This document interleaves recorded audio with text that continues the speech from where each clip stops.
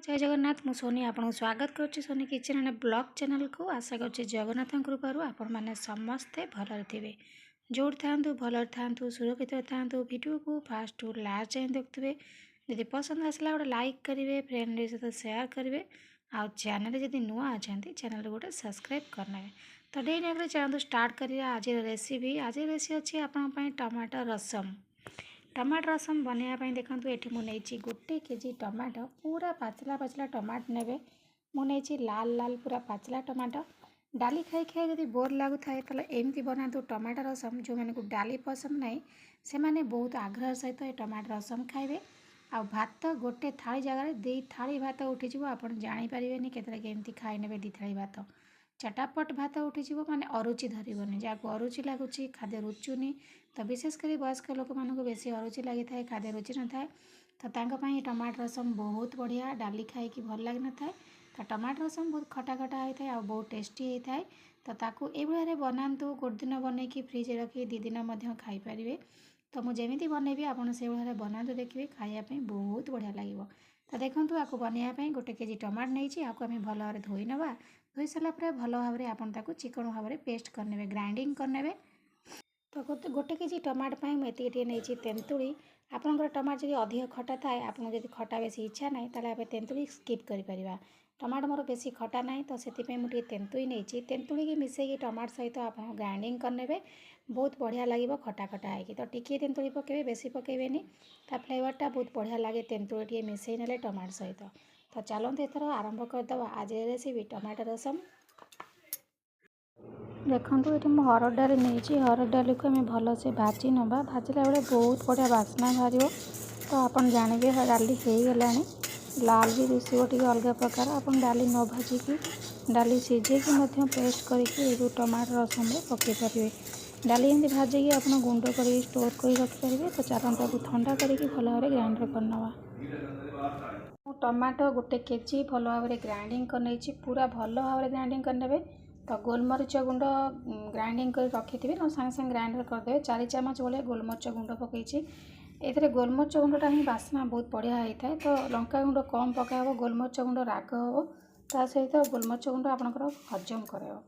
तो देखो ये आप डाली देखी हरड़ डाली तो डाली को भल भाव भाजिकी पूरा फाइन चिकन भाव में पाउडर करनी आप डाली सीझेकी प्रेसर रे पूरा पेस्ट करके पकई पारे नहेले आपड़ ये भाव में डाली को भाजिकी गुंड करने गुंड करके पकईदेवे किसी स्टोर करके किसी दिन रखिपारे जिते बनइबे ये डाली गुंड पकई ने तो देखो ये मुझे डाली गुंड पकई डाली गुंड पकईकी तक आप हाथ में भलसे गोले नि कहीं डाली गुंड जो आम पकईले सी हम गुड़ा गुड़ा हो से भल भाव में आप गोले ने गोले देले आ गुड़ा गुड़ा कौट रही भलसे मिसेज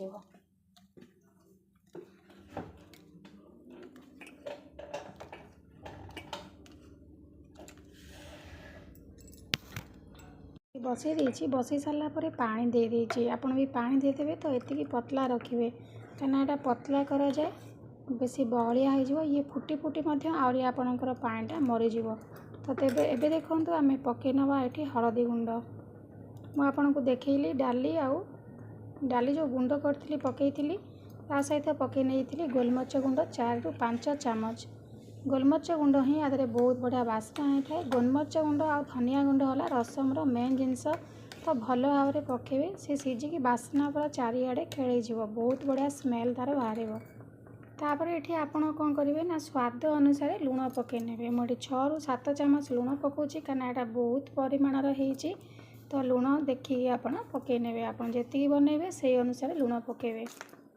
गोलमरीच गुंड जो पकई से राग बहुत बाहर गोलमरीच गुंड राग से मुझे लंका गुंड अल्प पकाऊँगी आप पछे राग माने चाखिकी देखिए लंका गुंड पकई ने केते राग खाइबे से अनुसार पकेबे तो मुझे अल्प लंका गुंड पकई नहीं कहीं गोलमरीच गुंड राग बहुत होता है तो बेसी परिमाण ये गोलमरीच गुंड पड़े अधिक राग करेंगे आपन खाईपारे पाटी बहुत जलेब तो से अनुसार आप जी राग खाइबे देखिए पकई ने एबे पकई नवा धनिया गुंड टमाटो रसम धनिया गुंडा बहुत बढ़िया बास्ना होता है धनिया गुंड और गोलमरीच गुंड भलसे पकेबे ये मुझे 4 चामच भाई धनिया गुंड पकई नौची सब पकई सारापर ताकू आम सीझापी छाड़देवा भल से सीझी देखिए बास्ना बहुत बढ़िया से बाहर ता सहित आपणकर हेटा टिके पानी मरी आसो टिके मरीगला आप जानवे होगला। तो ये आम ताको बर्तमान सीझापी छाड़देवा। तो ये देखो ये जो सीझा अवस्था किसी भूसंग पत्र नहीं पकईदेवे से तादे सीझो। यहाँ फुटा फुटी कराए ये भाव में छाड़देवा ताको भल से फुटापी 5 ରୁ 10 मिनट पूरा गबगब हो फुटब। तापर आम लास्ट को पकई ना धनिया पत्र आउ हेंगु।